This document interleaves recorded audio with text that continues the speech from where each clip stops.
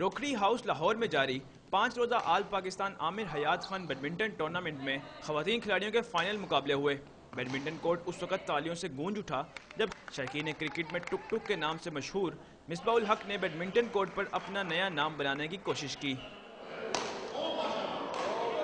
मिसबाह उल हक की जोरदार शॉट्स देखकर न सिर्फ हरीफ खिलाड़ी परेशान था बल्कि तमाम हाल भी दाद दिए बगैर ना रह सका।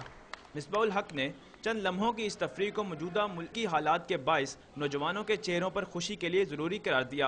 आई think it's a good sign कि लड़कियों के लिए बड़े अच्छे चांसेस हैं यहाँ पे, उनके लिए अच्छा माहौल है प्रैक्टिस करने के लिए और ऐसी फैसिलिटीज़ हैं कि जहाँ पे वो खेल के अपने आप को इस फील्ड में मनवा सकते हैं, तो आई think it's a good gesture. उधर खवातीन खिलाड़ी भी कौमी क्रिकेट टीम के कप्तान की हॉल में मौजूदगी पर बेहद मसरूर थीं। उनका कहना है कि कौमी खवातीन में खेल को फ़रोग देना होगा। I'm very inspired. सुबह मैंने परवरिशा को देखा था खेलते हुए and I think she's a very good ambassador for Pakistan. Tournament में मुल्क भर से खवातीन खिलाड़ियों की 5 जबकि मर्दों की 11 टीमों ने हिस्सा लिया।